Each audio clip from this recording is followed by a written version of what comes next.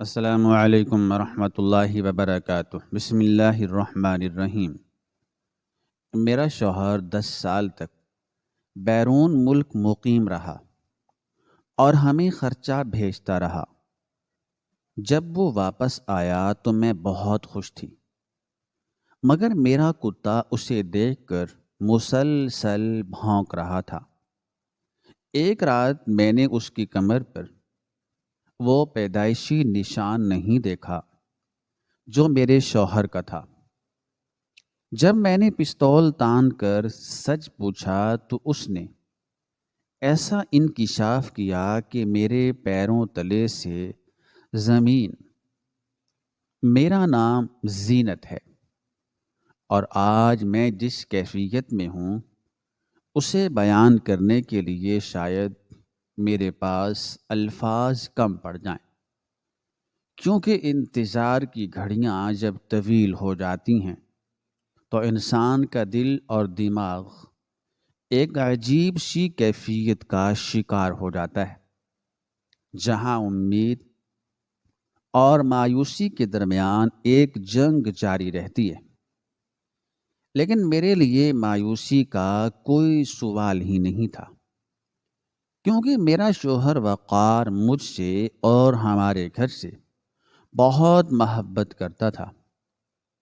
یہ 10 سال پہلے کی بات ہے، جب ہمارے حالات بہت خراب ہو گئے تھے۔ وقار کی نوکری چلی گئی تھی اور گھر کے اخراجات پورے کرنا مشکل ہو رہا تھا۔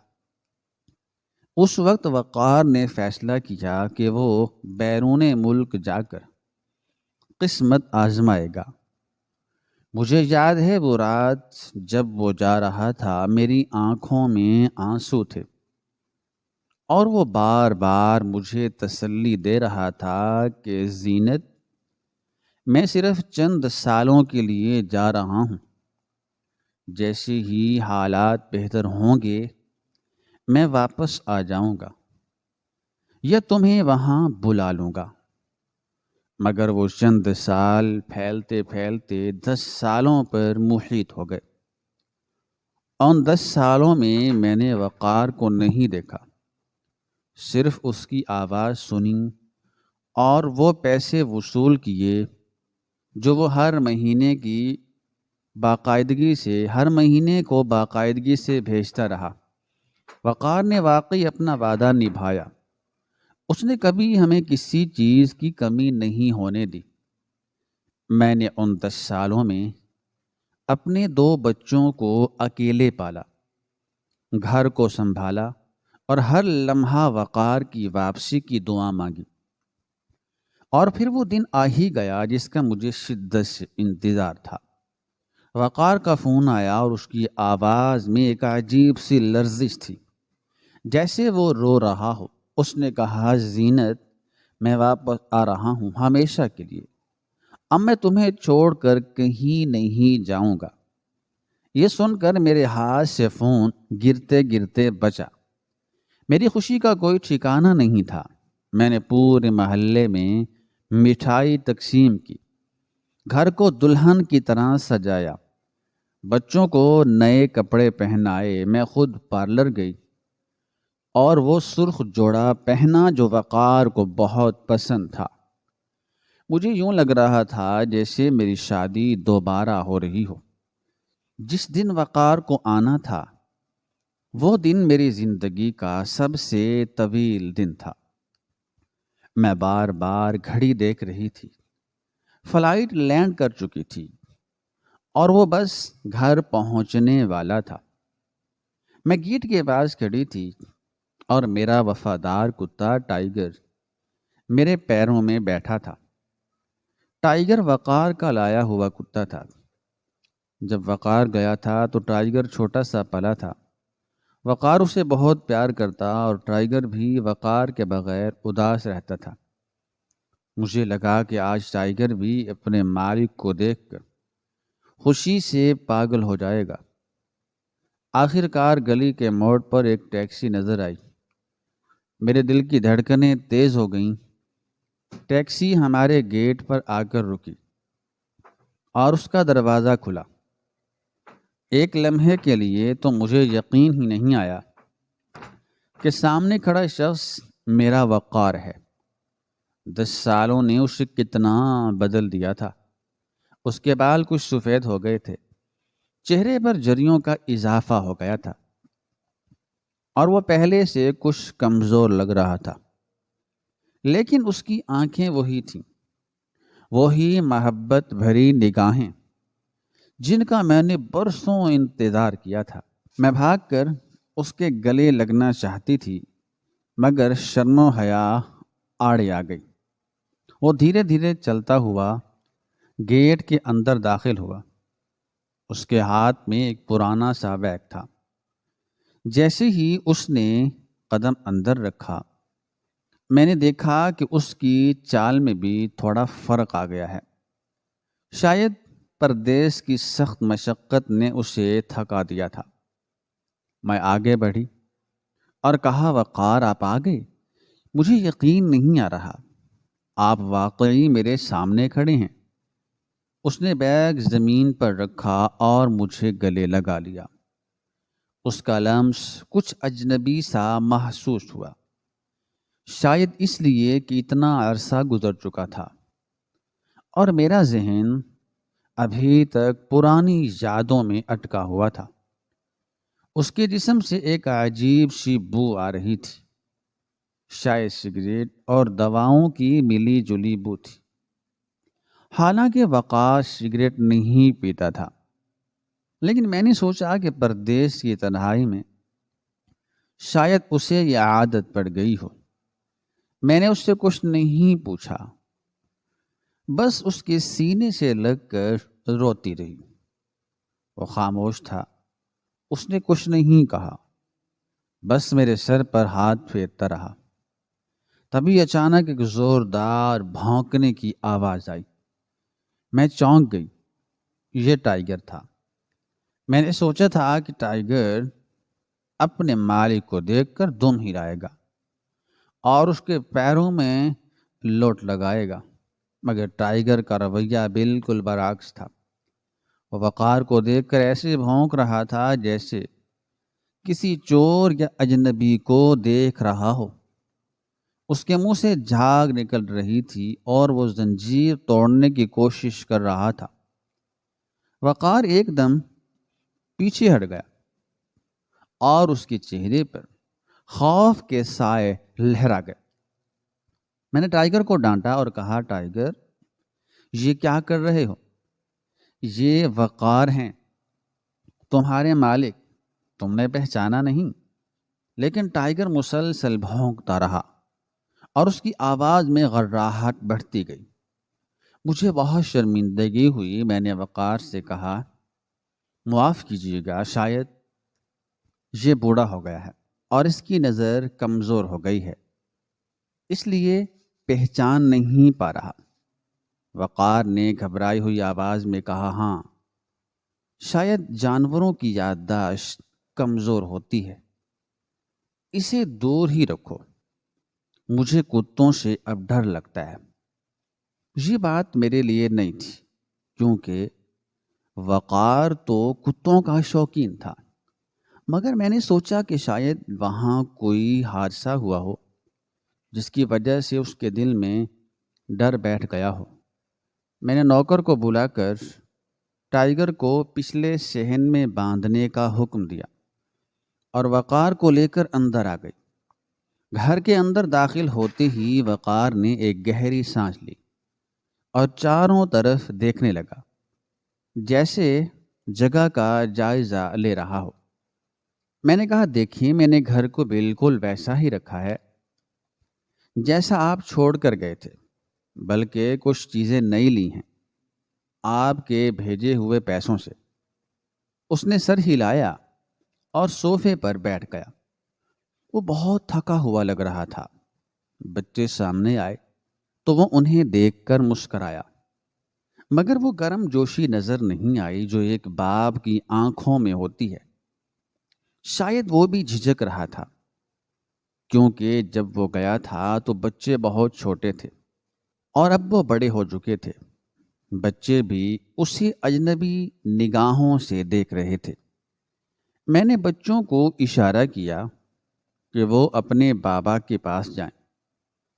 بچے جھجکتے ہوئے پاس گئے۔ وقار نے ان کے سر پر ہاتھ رکھا اور بس اتنا کہا، بہت بڑے ہو گئے ہو۔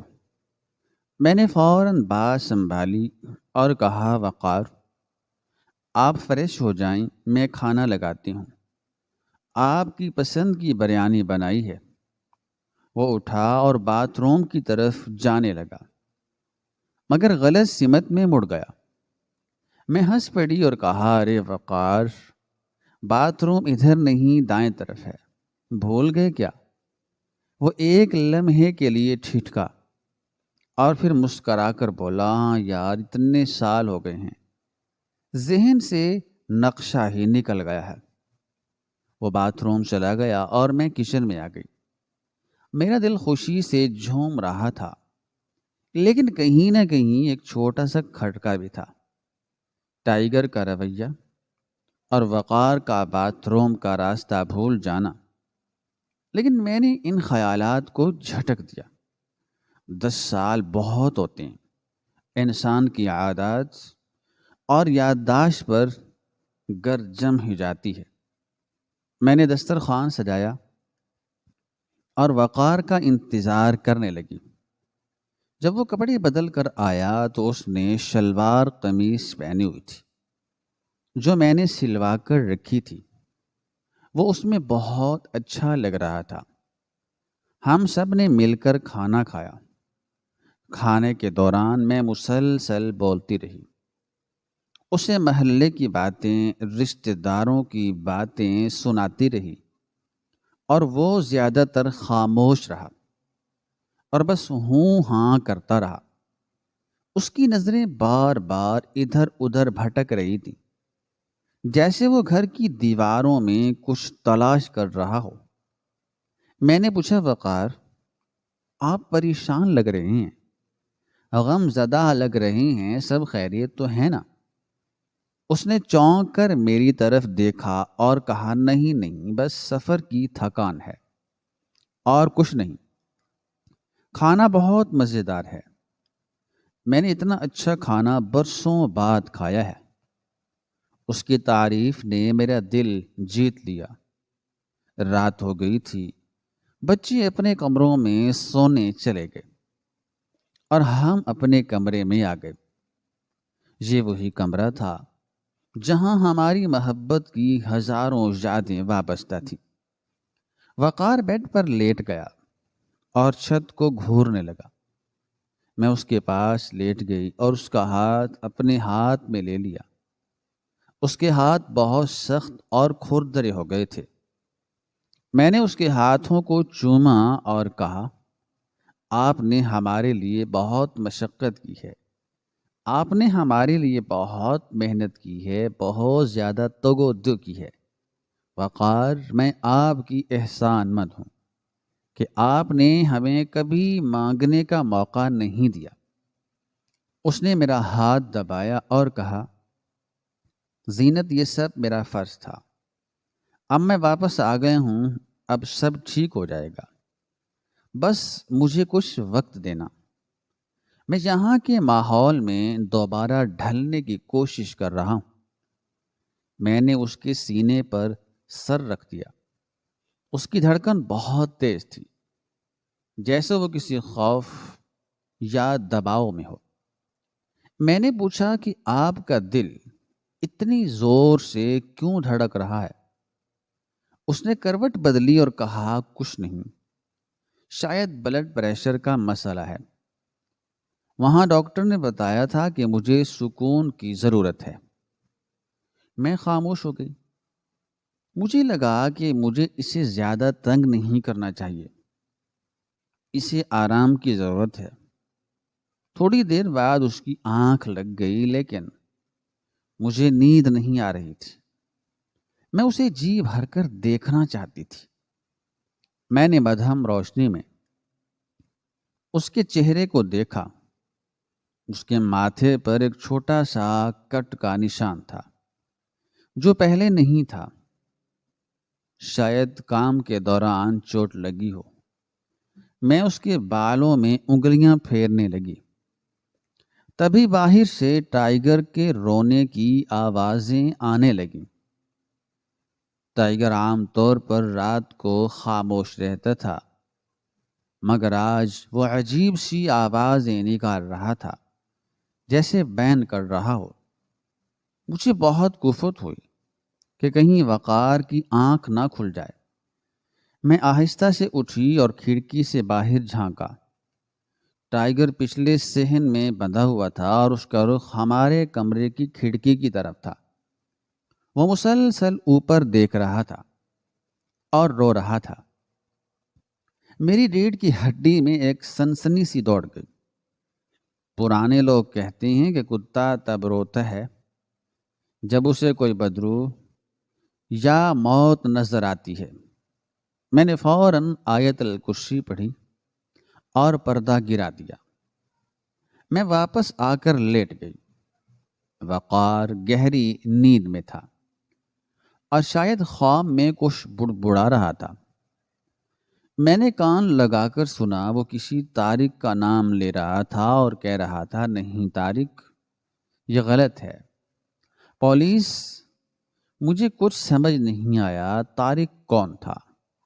شاید اس کا کوئی دوست ہوگا، اس کا کوئی فرینڈ ہوگا جس کے ساتھ وہ رہتا تھا، اور پولیس کا ذکر شاید کسی خوف کی وجہ سے ہو جو پردیسیوں کو اکثر ہوتا ہے۔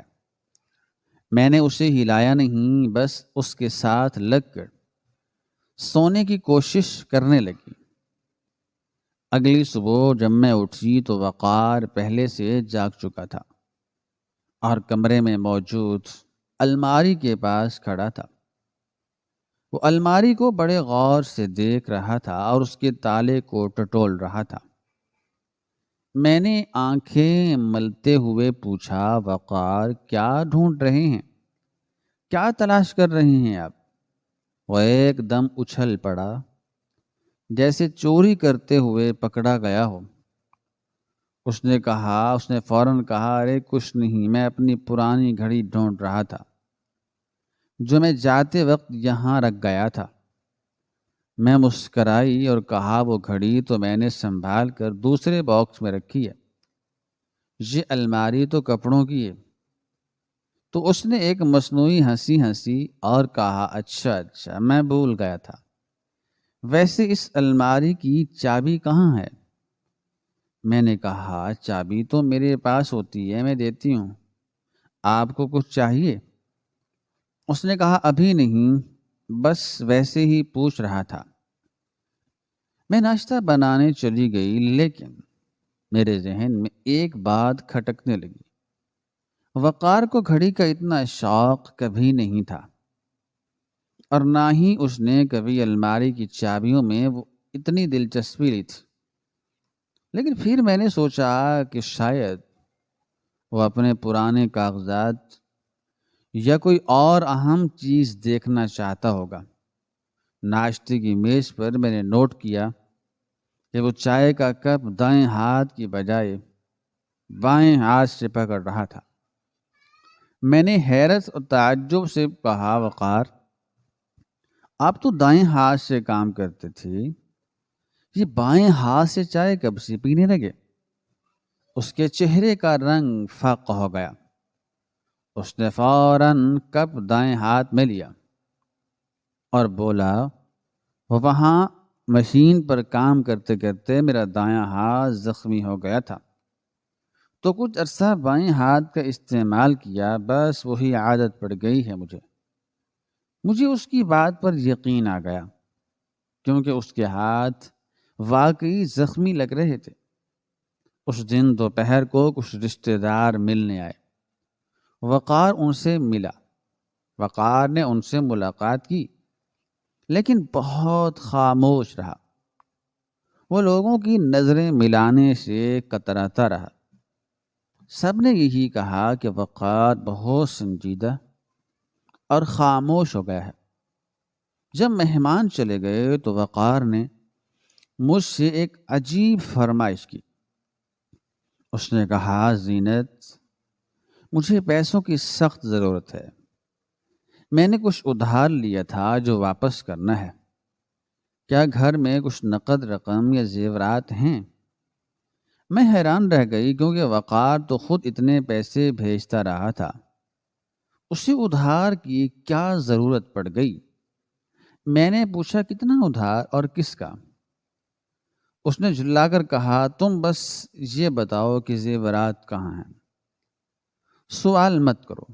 مجھے اس کا یہ لہجہ بہت برا لگا، وہ مجھ سے کبھی اونچی آواز میں بات نہیں کرتا تھا۔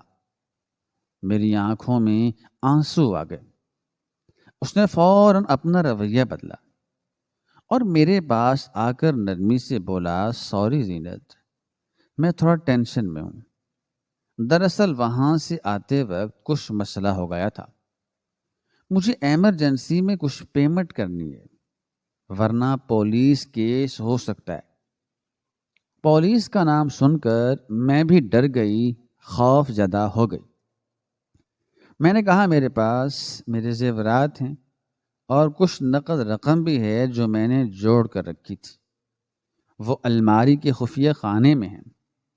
یہ سن کر اس کی آنکھوں میں ایک عجیب سی چمک آ گئی، ایسی چمک جو لالچ کی لگ رہی تھی، مگر میں نے اسے نظر انداز کر دیا۔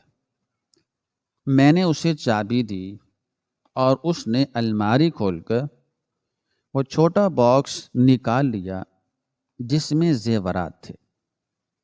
اس نے زیورات کو ایسے دیکھا جیسے کوئی بھوکا روٹی کو دیکھتا ہے، پھر اس نے وہ باکس اپنی جیب میں ڈال دیا اور کہا میں ابھی آتا ہوں کسی کو پیمنٹ دے کر۔ میں نے اسے روکنا چاہا کہ ابھی تو آئے ہو، کہاں جا رہے ہو، مگر وہ رکا نہیں اور تیزی سے سپیڈ سے باہر نکل گیا۔ ٹائیگر نے اس سے جاتے ہوئے پھر زور سے بھونکنا شروع کر دیا۔ میں دروازے پر کھڑی اسے جاتے ہوئے دیکھتی رہی۔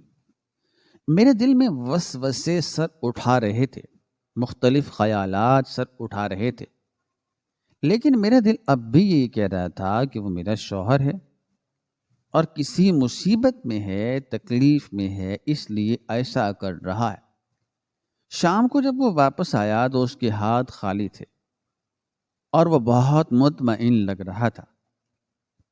اس نے میرے لیے ایک گجرا خریدا تھا اور آتے ہی میرے بالوں میں لگا دیا۔ میں اس کی اس ادا پر پرانی باتیں سب بھول گئی۔ ہم چھت پر بیٹھ گئے، شام کی ٹھنڈی ہوا چل رہی تھی۔ میں نے اس کے کندھے پر سر رکھا اور کہا وقار مجھے آپ کے بارے میں سب کچھ بتائیں، آپ وہاں کیسے رہتے تھے، کیا کھاتے تھے، آپ کے دوست کون تھے؟ وہ ہچکچایا اور پھر ایک رٹی رٹائی کہانی سنانے لگا۔ اس کی باتوں میں جذبات کی کمی تھی، وہ صرف واقعات سنا رہا تھا، تفصیلات نہیں بتا رہا تھا۔ جیسے میں نے پوچھا کہ آپ جس فیکٹری میں کام کرتے تھے اس کا مالک کیسا تھا، اس نے کہا بہت اچھا تھا، حالانکہ فون پہ اس نے کئی بار کہا تھا کہ مالک بہت ظالم ہے۔ جب میں نے اسے یہ یاد دلا دیا تو اس نے بات گھما دی کہ ہاں پہلے ظالم تھا پھر ٹھیک ہو گیا تھا۔ یہ چھوٹی چھوٹی باتیں میرے لاشعور میں جمع ہو رہی تھی، مگر میرا شعور ابھی بیدار نہیں ہوا تھا۔ مجھے کیا معلوم تھا کہ میرے ساتھ دھوکہ ہو رہا ہے، فراڈ ہو رہا ہے، اور جو شخص میرے ساتھ بیٹھا ہے وہ میرا مسیحا نہیں، وہ میرا ہسبینڈ نہیں، بلکہ میری بربادی کا سامان لے کر آیا ہے۔ رات گہری ہو رہی تھی اور ٹائیگر کی آواز پھر سے آنے لگی تھی۔ وقار نے غصے سے کہا اس کتے کا کچھ کرو ورنہ میں اسے گولی مار دوں گا۔ میں سہم گئی، وقار اتنا متشدد کبھی نہیں تھا۔ میں نے ڈرتے ڈرتے کہا آپ اسے کچھ نہیں کہیں گے، یہ آپ ہی کا تو لایا ہوا ہے۔ اس نے مجھے گھور کر دیکھا اور پھر خاموش ہو گیا۔ اس رات مجھے ایک خواب آیا۔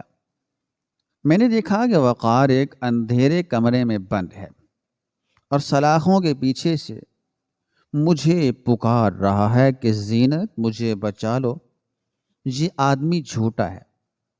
میری آنکھ کھل گئی، میرا جسم پسینے سے شرابور تھا۔ میں نے ساتھ لیٹے ہوئے وقار کو دیکھا، وہ بے خبر سو رہا تھا۔ میں نے پانی پینے کے لیے جگ اٹھایا تو میری نظر اس کی قمیض کی آستین پر پڑی جو اوپر ہو گئی تھی۔ اس کے بازو پر ایک ٹیٹو بنا ہوا تھا جس پر کوئی نام لکھا تھا، جیمی۔ مجھے یاد نہیں تھا کہ وقار نے کبھی ٹیٹو بنوایا ہو۔ میں نے غور سے دیکھا تو وہ پرانا ٹیٹو لگ رہا تھا۔ میں نے سوچا شاید وہاں کے فیشن میں آ کر بنوا لیا ہو، لیکن دل میں شک کا بیج اب جڑ پکڑنے لگا تھا۔ کیا واقعی یہ میرا وقار ہے؟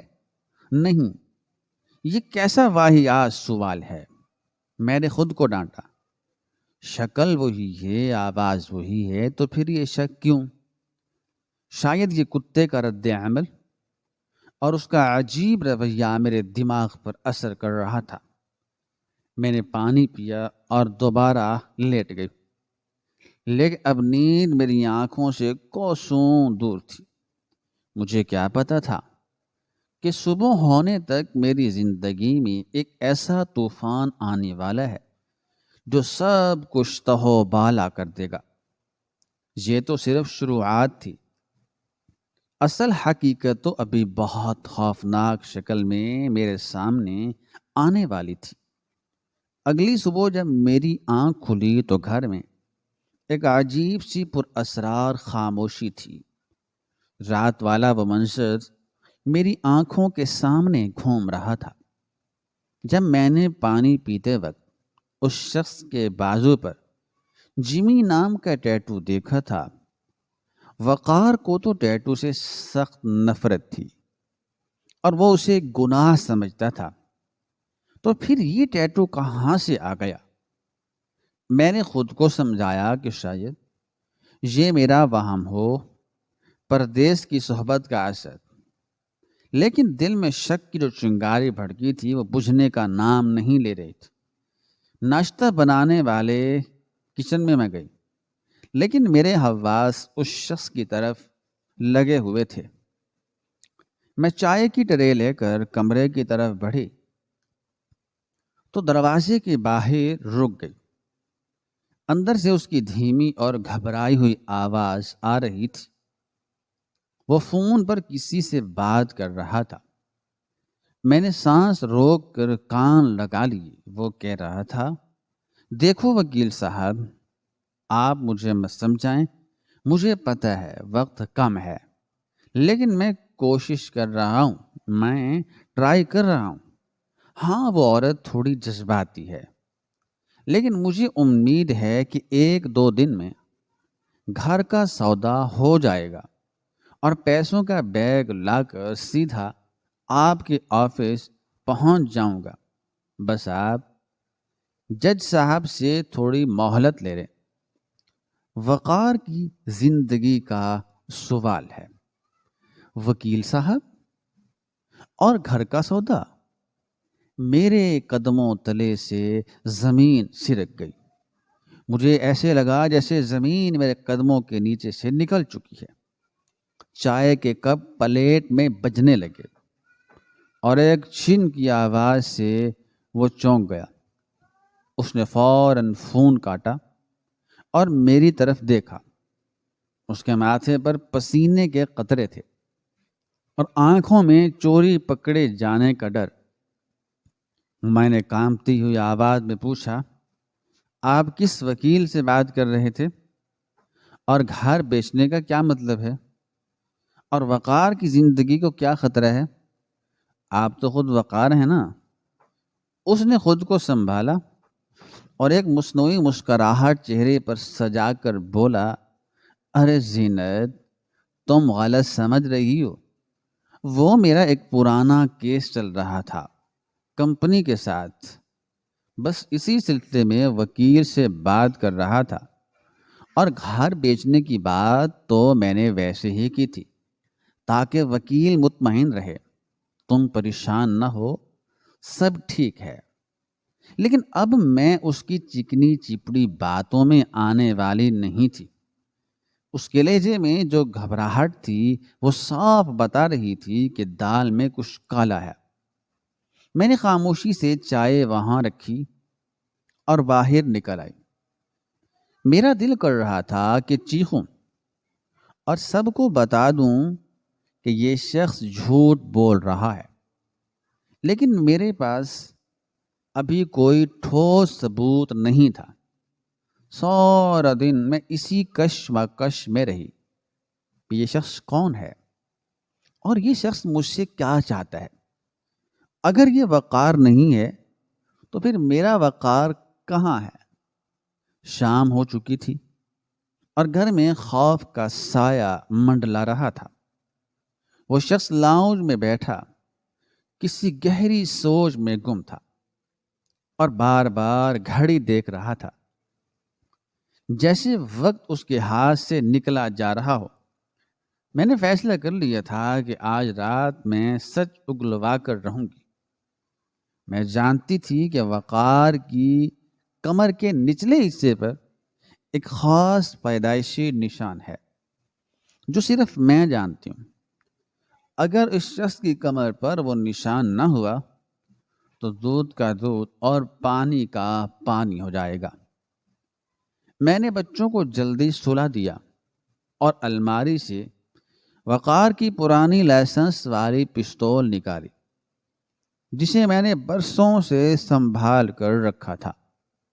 میں نے چیک کیا، اس میں گولیاں موجود تھیں۔ میں نے پستول اپنے دوپٹے میں چھپائی اور کمرے میں چلی گئی۔ وہ بیڈ پر لیٹا چھت کو گھور رہا تھا۔ میں نے پانی کا جگ اٹھایا اور جان بوجھ کر اس کے اوپر الٹ دیا۔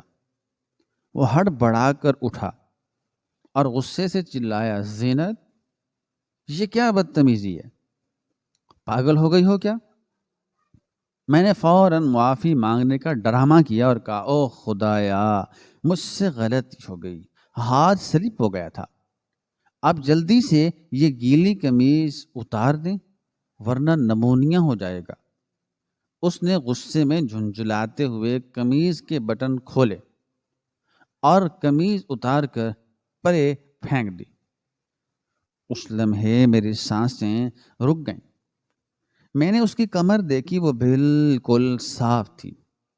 وہاں وہ پیدائشی نشان جو سرے سے موجود ہی نہیں تھا، جو میرے وقار کی پہچان تھا۔ بس پھر کیا تھا؟ میرے دماغ میں جیسے دھماکہ ہوا۔ میرا شک 100% درست نکلا، صحیح نکلا۔ یہ شخص وقار نہیں تھا، یہ کوئی بہروپیہ تھا جو میرا سب کچھ لوٹنے آیا تھا۔ میں نے فوراً دوپٹے سے پستول نکالی اور سیدھی اس کے سینے پر تان دی۔ وہ مڑا اور پستول دیکھ کر پتھر کا ہو گیا۔ اس کے چہرے کا رنگ فک ہو گیا۔ اس نے ہکلاتے ہوئے کہا، زینت، یہ کیا مذاق ہے؟ بندوق نیچے کرو، گولی چل جائے گی۔ میں نے شیرنی کی طرح دھاڑ کر کہا، اپنی بکواس بند کرو، بالکل خاموش رہو۔ تم وقار نہیں ہو، تم ایک جھوٹے اور مکار شخص ہو۔ بتاؤ کون ہو تم اور میرا وقار کہاں ہے؟ اگر تم نے ایک لفظ بھی جھوٹ بولا تو میں تمہارے سینے میں ساری گولیاں اتار دوں گی اور مجھے کوئی افسوس نہیں ہوگا، کیونکہ تم نے میرے جذبات کا خون کیا ہے۔ بولو، کون ہو تم؟ اس نے میری آنکھوں میں جنون دیکھا تو وہ سمجھ گیا کہ اب کوئی بھی جھوٹ اسے نہیں بچا سکتا، اور وہ دھیرے سے بیڈ سے نیچے اترا اور قالین پر گھٹنوں کے بل بیٹھ گیا۔ اس نے دونوں ہاتھ اٹھا لیے اور روتے ہوئے بولا بھابھی خدا کے لیے گولی مت چلانا، میں سچ سچ بتاتا ہوں، میں سب کچھ سچ بتاتا ہوں۔ بھابھی کا لفظ سن کر مجھے لگا جیسے کسی نے میرے کان میں سیسا انڈیل دیا ہو۔ میں نے چیخ کر کہا، بھابھی تم مجھے بھابھی کیوں کہہ رہے ہو؟ کون ہو تم؟ اس نے ایک گہری سانس لی اور جو انکشاف کیا اس نے میری دنیا ہلا کر رکھ دی۔ اس نے کہا، میرا نام جاوید ہے اور میں وقار کا جڑواں بھائی ہوں۔ جڑواں بھائی؟ میں چکرا کر دیوار سے لگ گئی۔ یہ کیسے ہو سکتا ہے؟ وقار نے تو کبھی نہیں بتایا۔ جاوید نے روتے ہوئے کہا، ہاں بھابھی، کیونکہ ہمارے ماں باپ بچپن میں الگ ہو گئے تھے۔ وقار امی کے پاس رہا اور میں ابو کے ساتھ چلا گیا تھا۔ ہم کبھی نہیں ملے، ہمیں ایک دوسرے کا پتہ بھی نہیں تھا۔ لیکن قسمت کا کھیل دیکھیں کہ ہم دونوں جوان ہو کر روزگار کے لیے دبئی پہنچ گئے۔ وہاں ہماری ملاقات ایک اتفاقی حادثے کی وجہ سے ہوئی۔ جب لوگوں نے ہمیں ہم شکل ہونے کی وجہ سے پہچانا، ہم دونوں بھائی ملے تو بہت روئے۔ ہم نے ساتھ رہنا شروع کر دیا۔ وقار اکثر آپ کی باتیں کرتا تھا، وہ آپ سے بے پناہ محبت کرتا تھا، لیکن پھر ہماری ہنستی بستی زندگی کو نظر لگ گئی۔ وقار ایک بہت بڑی مصیبت میں پھنس گیا۔ اس کی کمپنی میں ایک قتل ہو گیا اور الزام وقار پر آ گیا، حالانکہ وہ بے گناہ تھا، لیکن وہاں کے قانون اور ثبوتوں نے اسے پھنسا دیا۔ وقار کو سزائے موت دی گئی، سزائے موت سنا دی گئی۔ یہ سن کر میرے ہاتھ سے پستول گرتے گرتے بچی۔ میں نے کہا، کیا سزائے موت؟ تو وقار زندہ ہے؟ جاوید نے کہا، ہاں وہ زندہ ہے، لیکن موت کی کوٹھڑی میں ہے۔ اسے بچانے کا ایک ہی راستہ ہے، دیت یعنی بلڈ منی۔ ہمیں کروڑوں روپے مقتول کے ورثاء کو دینے تاکہ وہ وقار کو معاف کر دیں۔ وقار کے پاس اتنے پیسے نہیں تھے اور نہ میرے پاس۔ اس نے کہا، بھابھی میں نے وقار سے کہا تھا کہ وہ آپ کو فون کرے اور سچ بتا دے، لیکن وقار نے منع کر دیا۔ اس نے کہا کہ جیل سے باہر فون کرنے کی اجازت نہیں ہے۔ اگر میں کسی وکیل یا دوست کے ذریعے زینت کو پیغام بھیجوں گا تو وہ کبھی اعتبار نہیں کرے گی، وہ سوچے گی کہ کوئی فراڈی ہے جو پیسے بٹورنا چاہتا ہے۔ وقار نے کہا، زینت بہت سادہ اور گھریلو عورت ہے، وہ اپنا گھر اور زیورات کسی غیر کے کہنے پر کبھی نہیں بیچے گی، چاہے وہ کیل ہی کیوں نہ ہو۔ اس لیے وقار نے مجھے تیار کیا۔ اس نے مجھے آپ کی ایک ایک عادت بتائی، گھر کا نقشہ سمجھایا، آپ دونوں کے درمیان ہونے والی پرانی باتیں رٹائیں تاکہ میں وقار بن کر یہاں آؤں اور آپ مجھ پر آنکھ بند کر کے بھروسہ کریں۔ میرا مقصد آپ کو لوٹنا نہیں تھا بھابھی، میں تو صرف اپنے بھائی کی جان بچانے آیا تھا۔ وہ وکیل جس سے میں بات کر رہا تھا وہ وقار کا ہی وکیل ہے جو پیسوں کا تقاضا کر رہا ہے۔ اگر اگلے 2 دن میں پیسے نہ پہنچے تو وقار کو پھانسی ہو جائے گی۔ جاوید کی بات ختم ہوئی تو کمرے میں موت کا سا سناٹا چھا گیا۔ میرے ہاتھ سے پستول چھوٹ کر زمین پر گر گئی۔ مجھے سمجھ نہیں آ رہا تھا کہ میں کیا کروں۔ میں خوش ہوں کہ میرا شوہر زندہ ہے یا ماتم کروں کہ وہ اتنی بڑی مصیبت میں ہے اور اس نے مجھ سے مدد مانگنے کے لیے اتنا بڑا ڈرامہ رچایا۔ میں زمین پر بیٹھ گئی اور پھوٹ پھوٹ کر رونے لگی۔ جاوید بھی میرے قدموں میں گر کر معافی مانگنے لگا۔ اس نے کہا بھابھی مجھے معاف کر دیں، میں نے آپ کا دل دکھایا، لیکن میرے پاس کوئی اور راستہ نہیں تھا۔ ایک بھائی ہونے کے ناطے میں مجبور تھا۔ مجھے پولیس کے حوالے کر دیں، لیکن خدا را وقار کو بچا لیں، وہ بے گناہ ہے، اس کا کوئی گناہ نہیں ہے، اس کا کوئی جرم نہیں ہے۔ میں نے آنسو پوچھی اور کھڑی ہو گئی۔ ایک لمحے کے لیے مجھے غصہ آیا کہ وقار نے اتنا کمزور سمجھا مجھے کہ میں اس کی بات کا یقین نہیں کرتی، لیکن پھر محبت غالب آ گئی۔ وہ میرا شوہر تھا، میرے بچوں کا باپ تھا، میں اسے کیسے مرنے دیتی؟ میں نے الماری کھولی اور وہ تمام زیورات نکالے جو میں نے اپنی بیٹی کی شادی کے لیے سنبھال کر رکھے ہوئے تھے، جوڑ کر رکھے تھے۔ میں نے گھر کے کاغذات بھی نکالے اور جاوید کے سامنے رکھ دیے۔ میں نے کہا جاوید اٹھو اور یہ سب سنبھالو، یہ زیورات، یہ گھر، سب کچھ لے جاؤ اور میرے وقار کو بچا لو۔ جاوید نے حیرت سے مجھے دیکھا اور کہا بھابھی آپ سچ کہہ رہی ہیں؟